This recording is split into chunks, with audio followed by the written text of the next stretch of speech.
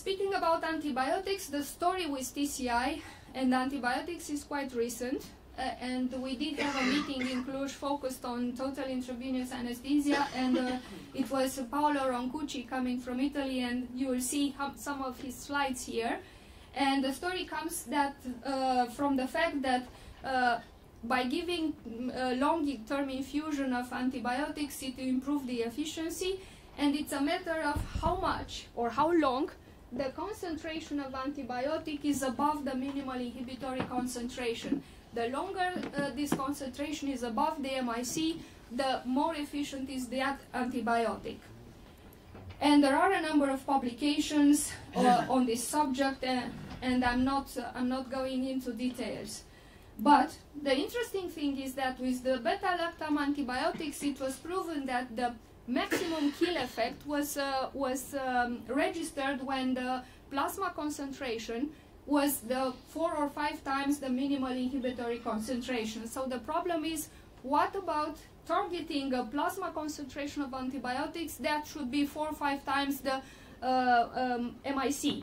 And looks like this is the right way to go, at least for beta-lactams antibiotics. And here are the calculations, for example, for meropenem from this category of drugs. And as you can see, by calculating, according to some pharmacokinetic details, by calculating the dosage necessary for meropenem, we are not getting any higher or significantly higher dose necessary to cover this 4 or 5 times plasma concentration of meropenem. This is the model that is used by Paolo Roncucci, for example, in his unit. And these are some of the first publications to come up in this area in the last years. Moreover, in United States, they even apply for a patent for a pharmacokinetic model dedicated to antibiotics that should be given 4 or 5 times minimal inhibitory concentration, and this plasma target should be maintained on the whole duration of administration of antibiotic. This is the scheme of the patent or of the model. And I would finish my presentation with the fact that we can speak about TCI as having some advantages over the manual control infusion, but at the moment we cannot precisely quantify these advantages. And as I said before, the most comprehensive review is done by Kate Leslie and her team, and they couldn't find significant differences to say precisely that this technique is superior to manual control infusion, even knowing that there are some advantages. Future development will bring closed loop and CAPS system into the clinical practice. I would say that this is already present, not that much future, because Sedasys is already on the market or in the clinical practice, and they were very enthusiastic when releasing this device in practice. I haven't used it, but this device was dedicated to non-anesthesiologists. And as soon that they released the device on the market, the criticism was coming also in the literature. And speaking about the presentation this morning, one of the criticisms was that an apnea, an instant apnea, due to not the respiratory depression but to a reaction to the colonoscopy, would do the Sedasys to stop infusion of propofol, for example. So they said that probably other parameters that should be monitored into this closed loop system are necessary to be better and to avoid the confusion. And another argument in the literature is the price. Here is one of the criticisms. So the price, if you are using Sedasys, is $150 per patient, and they were saying in this very nice publication, this very nice review, they were saying that at this price you can find an anesthetist who can manage the problems that are already recorded with the Sedasys system. So it's up to the future and more publications to see actually what's good and what's bad in using Sedasys and this closed loop system. What are we doing in Cluj?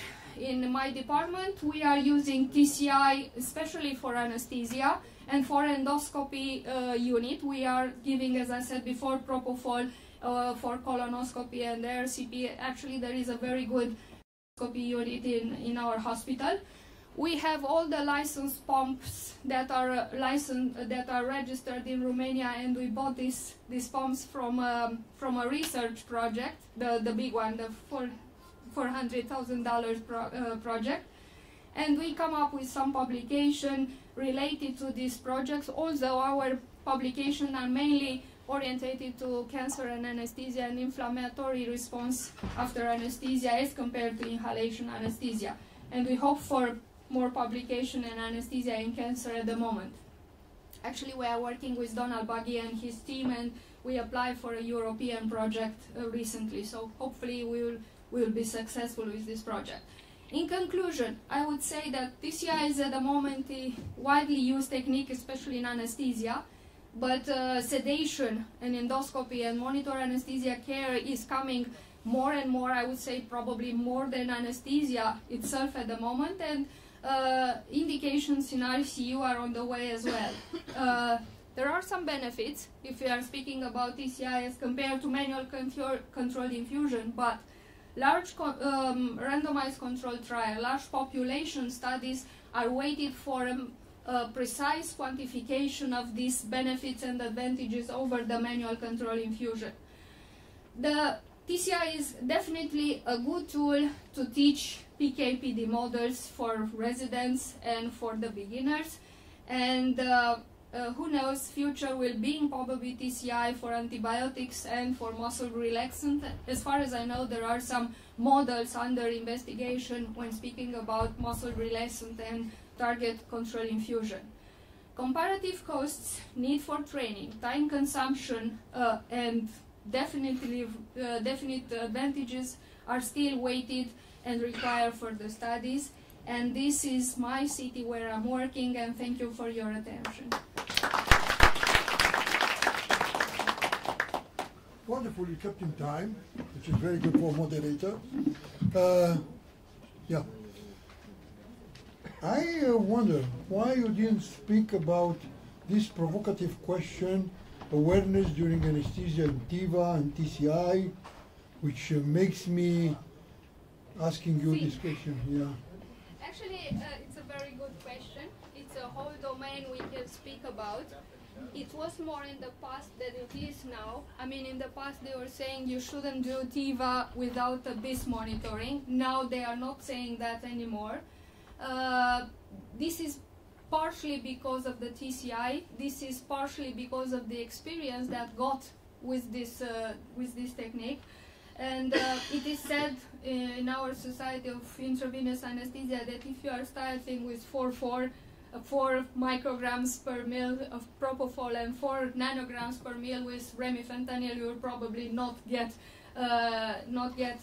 awareness, and you can decrease this concentration up to 2, being in the area of safety. However, for certain category of patients, monitoring, a form of monitoring of awareness is necessary, but it isn't now that it was in the past. Okay, why I'm asking you, especially for our Israeli public, I'm aware of two cases in court of awareness during anesthesia. And in both cases, the judge was informed that there is a BIS monitoring, and the anesthesiologist didn't use it. And the defense brought in court some data showing that BIS doesn't help in all cases, which is true. But the judge said, okay, which didn't mean that in your case it didn't help or wouldn't help. So if you do two things, first you use TIVA, and second you don't use BIS, you are completely uncovered in front of litigation. So my question is, if you already decided to use TIVA, and I'm for TIVA because of many things you showed, why not to use BIS? Why not including TIVA in the list of those categories of patients or surgeries which need BIS or any other monitoring? By the way, the task force of the ASA didn't mention TIVA among the indication for Yes. intraoperative monitoring of. Okay. It isn't. Any other anymore. question? We It have was- another 2 minutes for It one or was two in the questions. past, it Jeff? isn't anymore. Just along that line of awareness, I wonder if you want to comment about the use of a muscle relaxant with TIVA or not, because Yes, there are that's some another advantages issue, of not yes. using a muscle Yeah, relaxant. yeah. There are contradictory literature. Mhm. Some people showed that even without muscle relaxant, even with muscle relaxant you can have awareness, or without muscle relaxant you can have. There is no 100% connection between use of muscle relaxation and awareness during anesthesia. It's more Yeah, difficult but to it- detect yeah, that. it's, clinical yeah, point it's of view, written. Yes. Andre? I mean, the biggest divide between low flow anesthesia, which to me is another wonderful way of delivering anesthetic safely, and TIVA or TTI or TIVA, and whatever basis it is. And my department is all TTI, and we agreed that all paralyzed patients are all having this. But the biggest problem is there, still remains, isn't it? Because with TTI or inhalation anesthesia, you have that number, which is the direct measurement on the screen. On the TCI, and that's my question. Is the technology there already? Can we measure the precise concentration of propofol? Because that is all calculated, isn't it? What we see on This the is an screen. important other issue. How much is the error?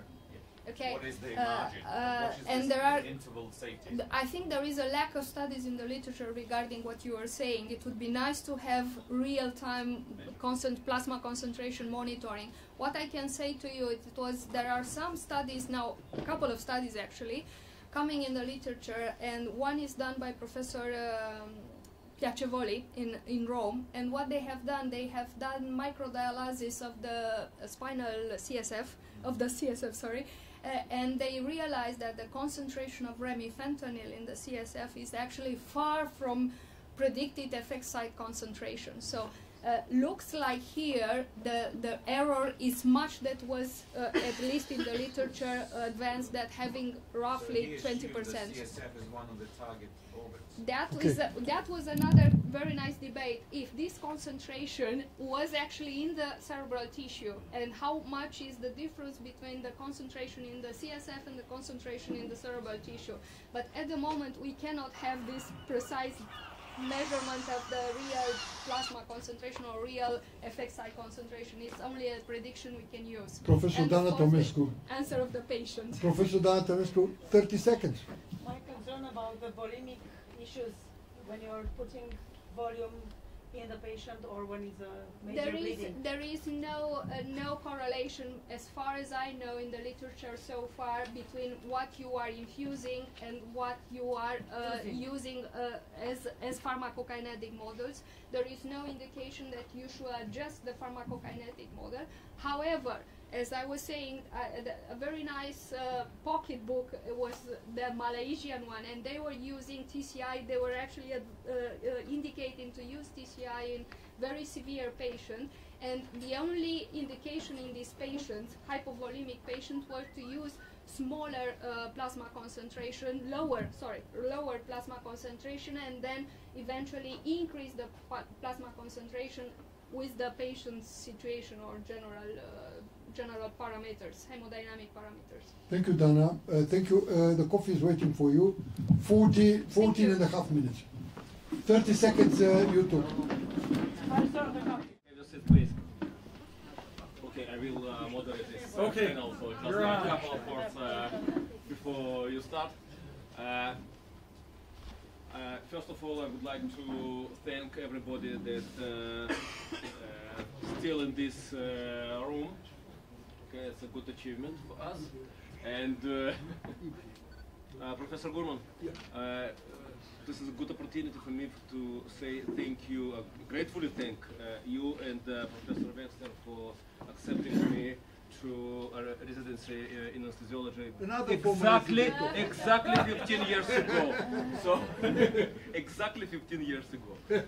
Well, You survived it. yeah, I did.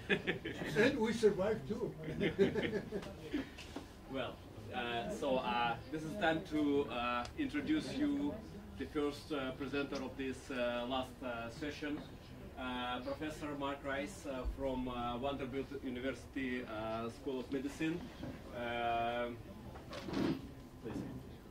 Thank you very much, Professor Gurman. I did not say famous. Thank you. Okay. I appreciate You can say it now. So what we say is formerly known as the famous professor. Thank you very much. We first met in Romania about 5 years ago. We had a great time in Romania. And in Batumi. In Batumi, also in Batumi, yes. You told so many jokes when we came down the mountain, my ribs hurt. I thought I had fractured my ribs from laughing at your jokes. What's that? You had an X-ray? I didn't have an X-ray. Well, I couldn't get an X-ray. I couldn't get an X-ray. So anyway, what we talked about, and you asked me to talk about bariatrics. I was surprised that you do bariatric surgery in Israel. I'm surprised you've gotten the Western disease. So I want to talk about conflicts. I get paid by Roche Diabetes. All the money I make from Roche, I buy presents for my wife. Right? All of it. Okay, so that's where all the money... That was the ring in the ribs? Yeah, that's it. That's where the ring went, down in the ribs. Yeah. So at Vanderbilt, we took on a project about 2 years ago, actually before I got there, to reduce length of stay and to reduce cost in bariatric surgery. So I want to talk about how we did that. I don't want to talk about airways. You guys are good at that. I don't want to talk about ventilation much. You're good at that. I want to talk about how we reduce length of stay and length of cost. By the way, what's the biggest bariatric patient you've done here? 230. 130 kilos? 230. 230? I did 410 kilos. One patient, 410, so it's 930 pounds. You are still alive. He didn't fall on me. So, exactly. So we had to put 2 operating tables together because our operating tables are only 250 kilos. So we had to put 2 tables together. So we're going to talk about minimizing opiate use, preventing nausea and vomiting, because pain and nausea and vomiting are the 2 reasons these patients don't go home. And we'll talk about fluids, ventilator, and our no bugs policy. Excuse me, so at Vanderbilt, we have a protocol that all of our patients follow for bariatric surgery. Every single patient we treat exactly the same way so we can study this and make sure that we're doing it right. So before we started, we were in the top 10% in the United States for length of stay and cost, top 10%. Since that time, we're in the top 2% now for that. And so, how long do your patients stay here for bariatrics? How long are they in the hospital? 2-3 days. 2-3 days. 2-3 days, yeah. And that's where we were too. Now, about 90% of our patients go home in less than 2 days. Only 10% are here for 2 days or more. You always have the occasional patient that's got a lot of pain or has some complication, but more than 90% are out before 2 days. And the big thing is that we don't get readmitted, right? So it's important that, you can kick them out of the hospital. You don't want them, what we call rebound, right? You don't want them back. And so that's a huge problem. We want to make sure. Send them to another hospital. We can't send them to another hospital. They don't like that. Can you do that here? No. Oh, okay. I thought we'd be great. And so, as I said, and I don't know what your costs are, but we've saved about $1 million a year in our one hospital by the anesthesia changes. And so the only thing the administrators care about is how much money you save. Is that the same way in Israel? Oh, same thing. So they don't care about anything else. They just want to make sure you save money. And boy, have we done that. So we've saved $1 million in direct costs. And also we've opened up 50 bed days so they can do more patients. They didn't really care what we were doing until we figured this out. And now they're really happy. And I'm going to tell you in about 15 minutes or so how we save this money. So these are the things we did to save money. Minimize narcotics. Dr. Freeman talked about narcotics. We almost never use narcotics with these patients. We're going to diminish nausea and vomiting. Fluids, I'm going to show you an interesting study that we use as our base for that. Ventilation and how we eliminate bugs. So ARIS is what we call enhanced recovery after surgery. You probably use the same thing. The goal of this was reduced length of stay and complications. And so this is the way it typically works. You know, we have surgeons that do their thing, we have anesthesiologists that do their thing, but we don't do it together. So, right? They do their thing, we do their thing, and nobody talks to each other. Well, we changed that. And now we're one big happy family. And well, that's the slide anyway, right? Okay. Big yes, very yes, happy. Well, so much. But it's actually interesting. Our head of colorectal surgery and one of my partners actually go give this talk together. And it's very interesting because the surgeons, when I got there, we've been here 7 months, the surgeons, they weren't sure about all this stuff that we were doing with their patients. And now we have other surgeons from other specialties saying, can we do that? Can we do that? Because we're saving them money, and now they like that. So what I'm going to show you is briefly the protocol that we use for every single patient in bariatrics. And there's two things we've done. We've standardized every patient and we take care of their pain. And if you can do that, you can get them out of the hospital. And that's really the important thing. So we minimize narcotic uses. I almost never use narcotics on our bariatric patients. Almost never. So the first thing is they all get gabapentin. Do you use gabapentin here? Not for this. Yeah, so we almost every single patient gets between 600 and 900 of gabapentin. It makes a huge difference. They all get PO, acetaminophen or Tylenol. You use the same thing here, right? They get PO, Tylenol. Almost every single patient. What's that? So when we were at Florida, we had IV Tylenol, but there are no studies that I know of that show that it's much better at all. So we went back. So our IV Tylenol was $100 a dose, $100 per dose, which is what, 400 shekel. We use PO Tylenol, which is about $1, less than $1. So we have gone to all PO Tylenol, and they get that. They all get ketamine, so they get a bolus of ketamine, and then we run a ketamine drip for the whole anesthetic. And they actually get ketamine in the recovery room for about an hour. So they get ketamine from the start of the case all the way through.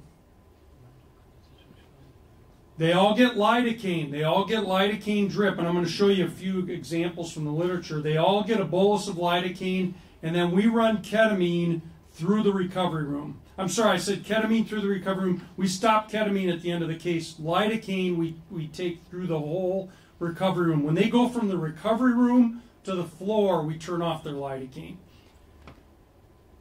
I've got this on the protocol. I almost never give methadone. Some of my partners do, but I almost never do. And if you use ketamine, lidocaine, gabapentin, and Tylenol, almost never need narcotics. These patients are very comfortable in the PACU. And then the lidocaine infusion, we go up to the floor with that. Be very careful, because you can imagine a bag of a gram of lidocaine. If that pump gets opened up, what happens? And we've had one. We're not are we recording this? Okay, you don't send this out of the country, do you? Okay, this stays in Israel. We've had a patient that had lidocaine infused, and are there any residents here, or are they all gone? Anyway, lidocaine clearly causes a problem if you give a big bolus of it. But these patients are very comfortable. We give gabapentin, usually 400, 3 times a day until they go home, which is after the first day, the first afternoon, they get their gabapentin, and they also get Tylenol till they go home. And these are just some studies looking at systemic lidocaine, and clearly it makes a big, and that's how much it clearly makes a big difference. Their pain is much, much less. I wasn't a believer. I'd heard of all this till I came to Vanderbilt and people were doing it. I was amazed how comfortable these patients are. It's quite striking. And we have none of the respiratory depression problems and none of the other problems with opiates. And the other big thing is with no opiates, their bowels work, all that goes really quickly, and the surgeons think they have many fewer complications from this. And here's just the opioid equivalent. So we use, less morphine. This is from the literature. We don't use any of the opiates. So nausea and vomiting, if they have over 2 risk factors, which are female, non-smokers, previous nausea and vomiting, or if they have particular surgery, which upper gastrointestinal is, we use scope patches. We tell the patient you're going to have blurry vision. You may get a little, all the other little side effects, but most people tolerate it very well. We also use dexamethasone with most people and Zofran. Is that what you guys are doing? Is that what you're doing here for nausea? Same things? Yeah, and it seems to work. We use 8 milligrams dexamethasone and 8 milligrams ondansetron. Okay. Together with the haloperidol or some. Okay, so and we go to haloperidol too if we need to. We don't normally, but almost everybody gets a scope patch and dexamethasone and. We don't have scopolamine available in Europe. No scopolamine available. We didn't have it for about a year, but we've had it. We've had it for about a year now back, right, Jeff? You guys have it? Scopodem. Yeah. Scopodem. Okay. We have it. Yes. Okay. Yes, Scopodem we have it. Motion dizziness. Yes. Okay. Exactly. And so this is just a study looking at the reduction in nausea and vomiting when you stay away from opiates. It's very striking, and we've just, I tell the residents, no opiates on these patients, and it's just been really, really helpful. We have our patients drink as much clear liquids as they want till 2 hours before surgery. So if we start at 8 o'clock, we let them drink through 6 a.m. Do you do that here? 2 hours before. 2 hours before, good, because there's many hospitals in the United States that still, and nothing. The classical 6 hours. 6 or 8 hours even, but 8 hours. these patients do very well, up to 2 hours. I was at Florida for a while, so they had to have Gatorade because Florida makes money from Gatorade. But so we had to give them that. But anyway, that's what we do. We use the PPV guided protocols. I don't know if you're familiar with that, where we look at pulse pressure variation with if they don't have arterial lines, if we have flow tracks. It's kind of a fancy way of giving fluids, but the whole key is you don't need much for fluids. PPV for spontaneous breathing or ventilated patients? For ventilated patients, right, for ventilated patients. These are all ventilated patients. So, and if you look at the studies, clearly they don't need much for fluids. So this was one of our studies that we use, which came from Tel Aviv. And I don't know if you know these people. You probably do. I don't know if any of them are here. But this is the classic study that's been cited over and over again, looking at large fluids versus low fluids, and this is what we use at Vanderbilt, came from Tel Aviv. And what they did was they looked at high volumes versus low volumes, and they looked at urine output, and surprisingly there was no difference in urine output. So we run our patients very dry. I mean, they end up getting about 1 liter of fluid for a case, versus what we used to do, which would be 4 liters. And you can see down at the bottom, the urine output was no different. Creatinines are no different. Patients do very well. They don't need all this fluid. The surgeons love having low fluid. The bowel looks better. They have fewer leaks and fewer problems. People have already talked about preventive ventilation. I won't go through that, but low tidal volumes, high PEEP, we recruit at the end. And these are some studies that people have looked at, and they're very interesting, looking at pulmonary atelectasis in obese patients versus non-obese. Obese patients just get atelectasis. It's just a fact, and these patients all get it unless you PEEP them heavily, which we do. We run 6 to 10 a peep on all of these patients. They just do better, and I think that's pretty well accepted. We also recruit these patients, so at the end of the case, I give them 3 or 4 big recruitment breaths.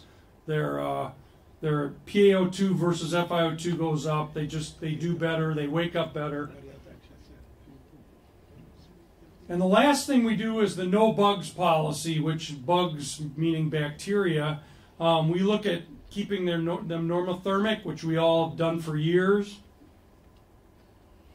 Oxygenation. Our protocol is over 0.3, but I run them. There's been a bunch of recent literature about running patients at 80%, and that's what I do. They clearly, and that's a big controversy, but that, you know, I don't know where you guys sit here. We published against. Oh, you publish against? Against. So you like this? Yeah. Okay, well, we'll stick with this for today then, okay? Okay, yeah. I mean, there's a big debate about this, and, you know, I kind of waffle back and forth between high FiO2 and low FiO2. Clearly, my institution agrees with you then. We keep it on the low side.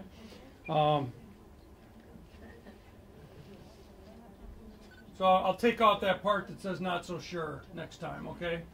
Okay, I'll do that. We underventilate a little bit. What do you think about that? I'm not so sure about that either. We keep their CO2s a little bit higher. I think that's probably a reasonable thing. Glucose is one of the things that I write about. I think clearly we went overboard on the glucose business. I think 140 to 180 is much more reasonable. There's certainly a lot of data that if patients get too high, they have more infections. Tony Fernery started all that with cardiac surgery, and I think that's really clear. And there's been probably 100 studies looking at high glucoses and infections and knee infections, sternal infections, all over. And so I think there's no question that we should be 140 to 180. So this is one of my favorite quotes. Stephen Wright says, "Conclusion is just where you get tired of thinking." So I think that's where we are. And I think we can make a big difference. So at Vanderbilt, as I said, we started in the top 10% for length of stay. We're now in the top 1 or 2% for length of stay. Nobody cared, except now we've saved them a bunch of money, and we've saved them over $1 million in bariatrics. We're up over $10 million across about 8 service lines. So now my chairman is happy because the CEO of the hospital is happy. And so we can put more patients in the hospital, get them out sooner, and I think patients out of the hospital are much better. So thank you very much.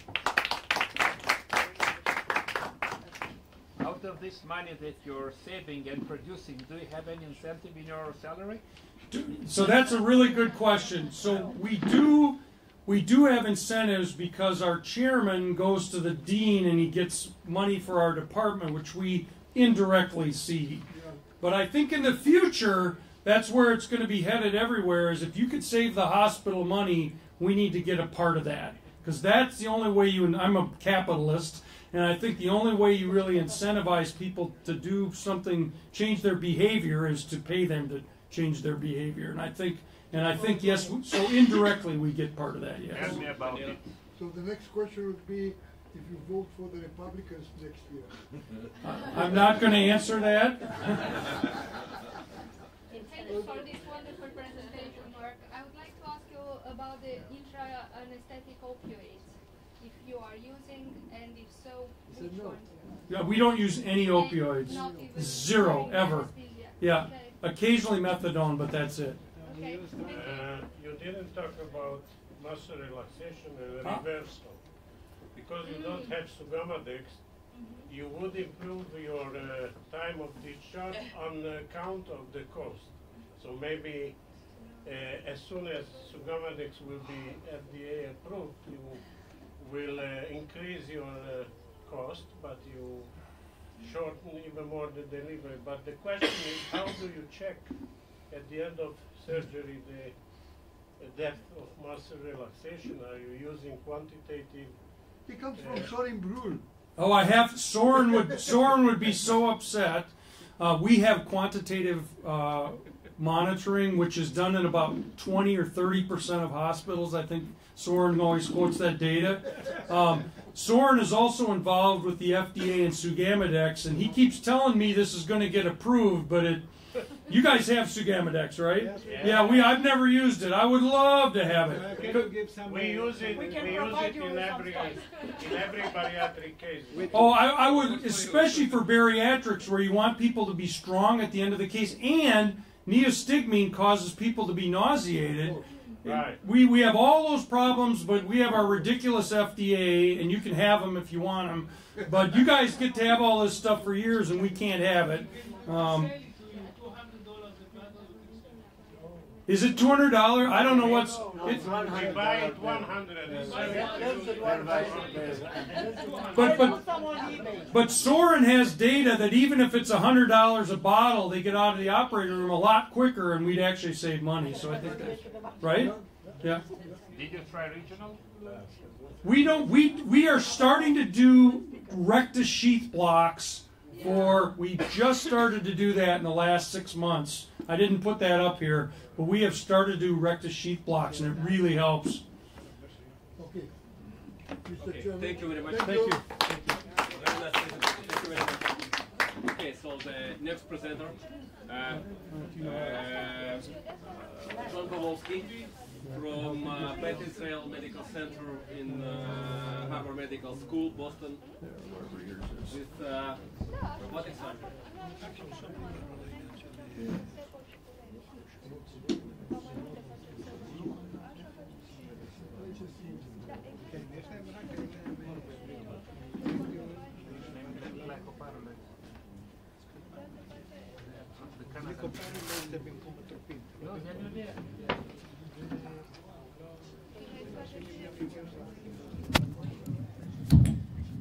Well, thank you very much, and I realize that I'm the only thing standing between you, dinner, and the prize that Dr. Gurman offered for everyone who stayed here, and I realize the only reason you're here is because of that offer of the free prize.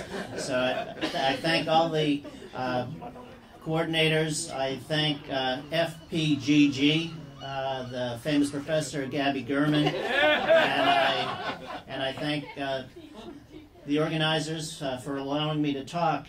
I have a little bit different motivation than our last speaker, who was driven by cost and efficiency.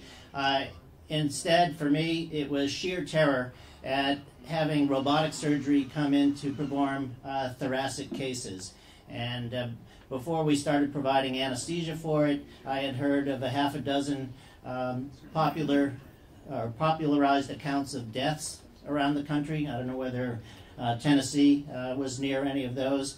And I had also heard about some of the problems that this new technology was having when it was extending into thoracic surgery. And because of that, we decided to get together, not as a collaborative, effective group, but instead as a bunch of scared surgeons, anesthesiologists, and nurses who didn't want to have the first thoracic robotic surgery death in Massachusetts. And so I want to tell you a little bit of a story about how we approach this problem and some of the things that we've done, hopefully, to prevent things. I'm knocking on wood because so far so good. I don't have any financial disclosures. So what I would like to do is talk a little bit about the potential advantages and disadvantages of robotic surgery. In the middle, I have about an 11-minute video clip, which might be 11 minutes, where I explain what would have been in that video clip had I been able to play it. And then I want to specifically address conversion to open from robotic. So usually in the setting of massive hemorrhage, there comes a time that people need to convert to an open procedure. That seems to be the setting that is involved with most of the deaths around the country. And so we tried to address that before it happened, as opposed to the usual way that we handle a crisis. When I'm talking about robotic surgery today, I'll be speaking about the forearm robot. I have no financial interest in in this particular robot, but you will see a lot of the same pictures of one of the commercially available devices. The advantages are small incisions, that there is the endo wrist, the small mechanical wrist that can actually be inside the chest cavity performing rather intricate surgeries. And then there's even stabilization software to reduce the tremors or the effects of the morning coffee for the surgeons doing these procedures. The big disadvantage seems to be two things. One is no haptics, so there's no feel or touch feedback if you're going into a large blood vessel for the most part. And there's also some times actually bringing an instrument in a blind spot. So you have a very localized visual field. You can't always see the instruments as they're coming into view. And this disadvantage of conversion to open is that it takes some time. So when a procedure has to be converted from robotic to open, there's a risk of this delay, uncertainty, inadequate communication, and the conversion, just removing and moving the robot, can take typically about 10 minutes from decision to the start of the open procedure.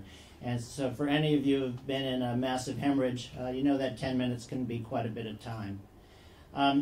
Another particular concern is also how to control that bleeding. And I offered really two scenarios. One is when there is an essential robotic arm that is needed to stay in place to control the bleeding. And the other scenario, which is a little easier, is that when the robotic arms are not needed to control the bleeding. And by control, I don't mean a hemostat on a blood vessel. Typically, it tends to be a retractor or a sponge stick that is just applying pressure to an area so it is bleeding less than it could be. Now, part of this collaborative project was to figure out what the conversion process steps would be, and this involved all of the surgical subspecialties that use robotics.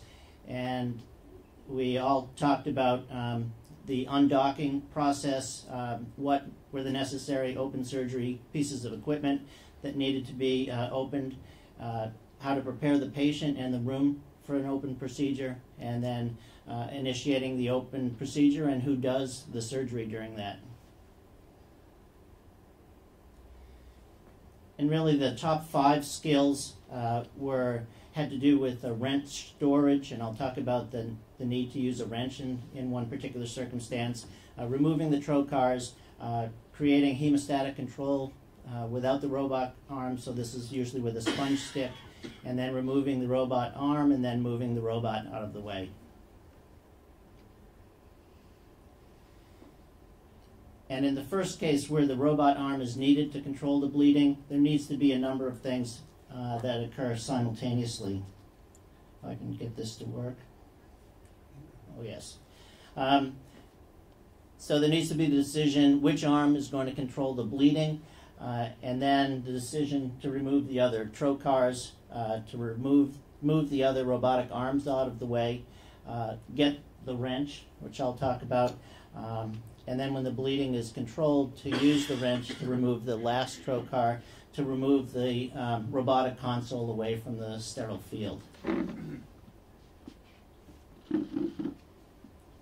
Less involved, you can see, is when the robot arm is not needed to stem the bleeding. That in this case, one can just remove the trocar, move the robotic arms, move the robot away from the sterile field, and maintain control of bleeding. And so this is not a particularly skilled robotic surgeon, but you can see that usually the robotic surgeon is going to have his or her head against the console.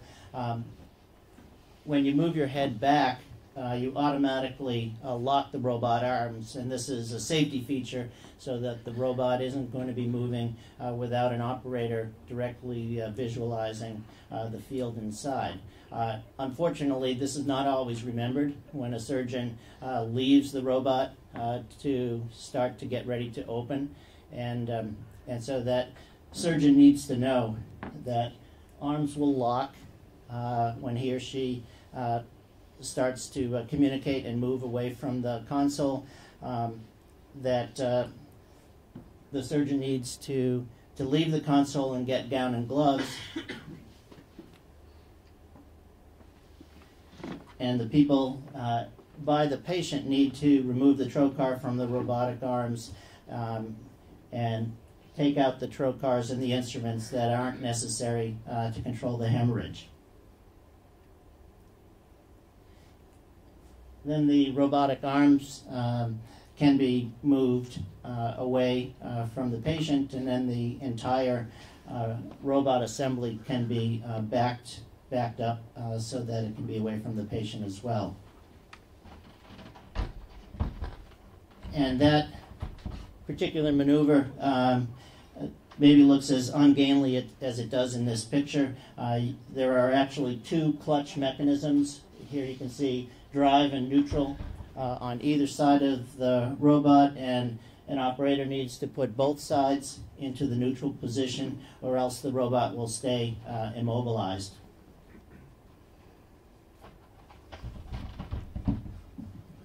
And then with the switch in neutral, the circulator can back the console away from the sterile field.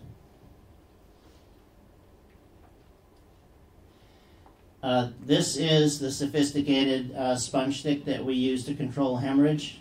You'll notice there's nothing particularly improved upon it since probably the 1800s, but it seems to do the job.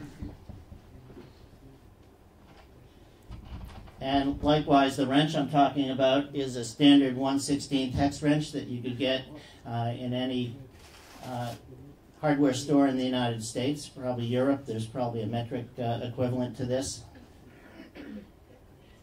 The trouble is finding this in an emergency. You can see it's a pretty undistinguished piece of equipment. So we actually have these wrenches that are taped to the robotic console. We have a wrench that's sterilized in the kit, and we have a wrench that's by the nurse's station. So we actually have 3 wrenches in every robot rooms. And the reason I mentioned the wrench is that in order to loosen the grip of the instrument or to move the instrument out of the patient, you actually need to use the wrench once the operator has left the console. And so to do this, you need to insert the hex wrench and then also turn it to remove the instrument from the patient. Also, in here is a reminder just to turn off the lights. So the lights, like any laparoscopic lights, do provide a lot of heat and can potentially be a fire hazard. So if these robotic lights are on, they need to be shut off, and there happens to be both a remote console and also a direct light switch on the tower of the robot.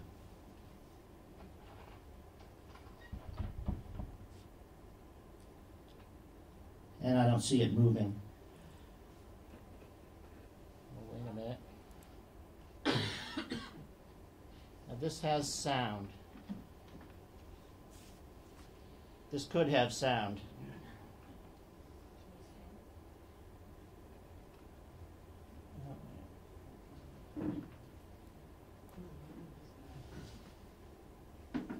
I'm not hearing anything. Okay. Well, it's too bad, because what you would hear would be a number of surgeons saying how difficult it is to do robotic surgery and how skilled and technically wonderful they are in performing these tasks. And And I can't possibly emulate what they would be saying about their own performances here, but you could imagine. I think also they talk about the surprise and what they need to have done in preparation for ordinary surgery, and also what they need to think about when encountering a difficult situation where either for anatomical reasons or coagulopathic reasons or whatever, that there is much more than expected amounts of bleeding during the procedure. This also gives you a little bit of a chance to see how instruments are passed in and out of the trocar, how the trocar and the robot arms can be moved. This is a view of the controllers that the surgeons are using to manipulate the instruments. That's actually two hands that are threading a needle.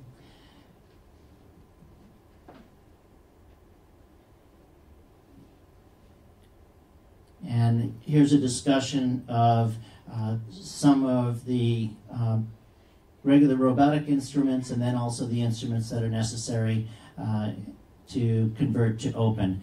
I should say in thoracic surgery, the surgeons mark the skin incision on the patient before they start any robotic procedures. So their incision location for conversion to open is already there. I don't think any of our other subspecialists are quite as organized.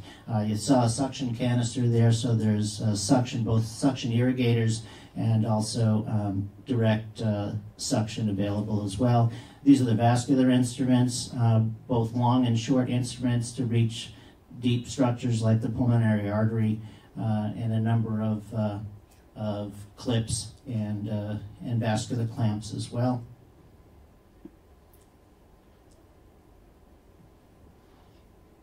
This is just a small amount of hemorrhage, so I don't even think this stopped the surgery, but you can imagine when it gets a lot worse, they're going to show you how they convert to open. And so some of this is going to be on simulated thoracic skin, and some of this will be actual patient video, and they'll be switching back and forth. So here's the placement of a trocar.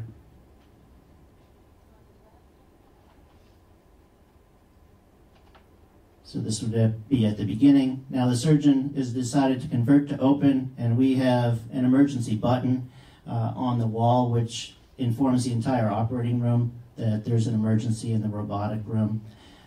We've decided to skip scrubbing, so the surgeon, you notice, put on gown and gloves immediately, did not leave the room at this point.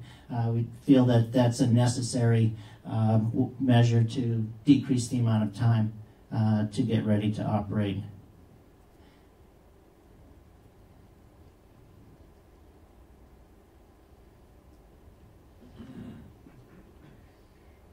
And here are those magical sponge sticks being assembled.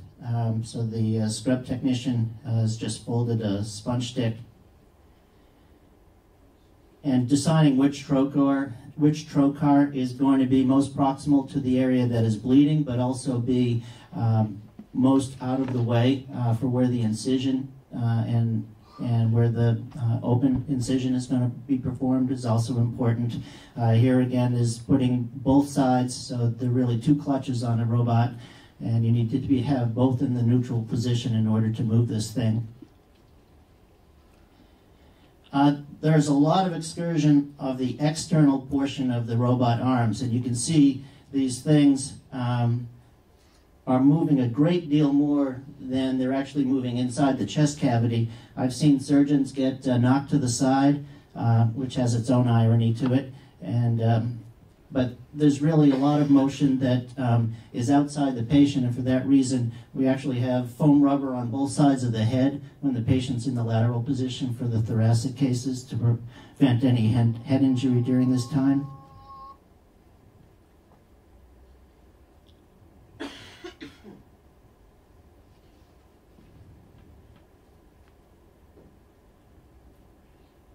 I'm not sure what this piece is, except that it's the surgeon doing a little bit of the surgery. And this is just demonstrating that the robotic instrument won't move unless you use the hex wrench to open it up. This is actually in a simulated mannequin skin, showing the activity of the hex wrench. And this is during a procedure, just seeing the excursion of the robotic arm. And you can see that it's not easy to plan where your incision is going to be with all of this equipment in the way. So it really needs to be pre-planned. Here, taking out the instruments that are not needed, including the camera. The sponge stick is in place, so all of the instruments can be removed. The robot arms are then pushed away from the patient.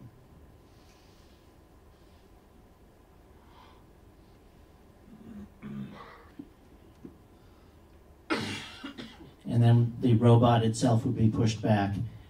All of this needs to be done with the robot in emergency mode, so that's another button the surgeon needs to push, and there again was the wrench, and here's a close-up of the hex wrench being employed. And it's necessary to actually test the wrench before the procedure, because in some cases, depending on the instrument, you turn it clockwise, and in some cases, depending on the instrument, you turn it counterclockwise. I don't think that's a great feature, but that's the way it's made currently.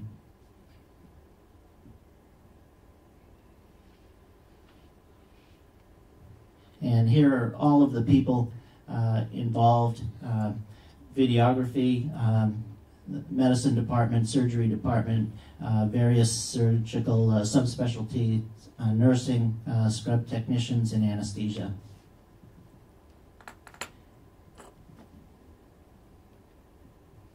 So what did we learn? Well, the console surgeon has a number of tasks, and really the biggest one is that decision to convert, and I haven't even talked about decision just to continue laparoscopically, or thoracoscopically, which would also be an option. But to convert to open, decide, again, scenario 1 or scenario 2, how to control the bleeding, and then move to lock the arms from the console, remove those arms, and convert to open. The bedside surgeon is getting ready to assist with the open procedure and maintaining usually pressure with the sponge stick. We noticed that the primary circulator got immediately overwhelmed. So he or she is generally calling for help, getting the wrench, moving the patient, cart, robot, gathering open instruments to bring them up, counting instruments, connecting various suction irrigators and suction machines, opening vascular trays. So we found it almost always necessary to have a second circulator in at this time. And that circulator can help lay out the gown and gloves, check the lights, and do some of these other tasks as well. Anesthesia, often we rely on the circulator to call the blood bank to get extra people. We find that probably we are better prepared at that point to actually call for help, open up the IV fluids, check and maybe get other people in there. We, as a routine for robotic thoracic cases, always have 2 large bore IVs in our arterial line, and that's just the way we've been doing all our thoracic robotic cases. For the other robotic cases, GU, GYN, and general surgery, 2 large bore IVs are put in on everyone, but we have not been using arterial lines routinely, and I'd say we almost never use central lines for this. Also, that anesthesia would be deciding whether to activate the massive transfusion protocol is necessary, monitor vitals, set up a level 1, which is the brand name of our rapid transfusion device, and consider warming the patient in the room and sending baseline labs. And the scrub does that. It's just a final back end shot of the 2 clutches on the robotic machine. Should also mention that in one of the urgent procedures to convert to open, a medical student came to help and stepped right on the power cord. When you step on the power cord, you can't do anything. You can't take an arm off, you can't move an arm, you can't move the robot back, so that assistance was actually not necessary. And how much time do I have? Oh, excellent. So we've taken a couple of improvement ideas. One involved getting some pink Post-its and making things a little bit more visible. They're not as high tech as Vanderbilt. You know, we have small steps. But really, some of these are such simple things, but it's probably analogous to when somebody turns to use a defibrillator who hasn't used a defibrillator in 6 months or 12 months or something. The simple things are the ones that instantly become complicated. So I think just knowing that there are wrenches and that they're in reliable locations and what they're there for has been very important, and for everyone in the room to know that. Knowing what the vascular instruments will be. So surgeons had about 6 different types of vascular kits that they would want for particulars, and all the surgeons who do robotics have agreed on one open vascular kit. So there's a vascular kit that stays in the room on its own table, but remains sterile unless they open it for this procedure. But that's also been a way to streamline and be more consistent in the conversion. The sponge stick, they evaluated other types of both retractors and sponges, and this seemed to be one of the best pieces of equipment in most of those robotic cases. And training, we have a virtual reality simulator training that all of the residents and fellows as well as the attendings have gone through. We were one of the first hospitals that actually required simulation training for laparoscopic surgery, and now we insist on passing benchmarks of surgical training on robotic instruments for all the attendings as well as the residents and fellows to graduate or to have privileges to do this kind of surgery at our hospital. And this is one of the tasks that the virtual reality simulator does, and you can see a couple of endo wrists, and the surgeon is passing a ring from one instrument to another, or placing a ring on a pegboard of different colors. So it's a rather sophisticated simulator. There's also simulation that they can do about robotic suturing. And then a less sophisticated was how we figured out what we would need for padding of the head. And so I actually built this simulator. And so that is a patient's head. And then we decided where the foam pillows would go and how we would position the patient, either supine for some of the other procedures or lateral for the thoracic procedure. Also, I don't have a picture for it, but I just wanted to mention that all of the teams have whole body simulation training, team training. I know there was mention of crisis resource management. So all of the surgical teams do CRM training, and part of what we talk about is a massive hemorrhage scenario in all those surgeons, not just robotic surgeons, but we've just felt that having that kind of team training ahead of time before a crisis has been very important. And this is just to show that we at least have one patient of size in Boston, and that can create its own challenges as well. So I thank you very much. I understand well that the main, or maybe the only problem for robotic surgery is conversion. No, but I would say that in the instances where patients have died, and really died on the table has been massive hemorrhage and the delay to conversion to open. So no, there are many other issues with positioning, issues with extreme Trendelenburg in some of the cases, issues with unreliable blood pressure recordings because of straps paced across. There are many, many other issues that come up with robotic surgery, but I was mostly concerned with the one where the patients die. Yes, sir. Oh, no. John, how often happens? I don't think that literature is really out there. I'm aware of maybe 6 to 10 deaths that have occurred in the United States.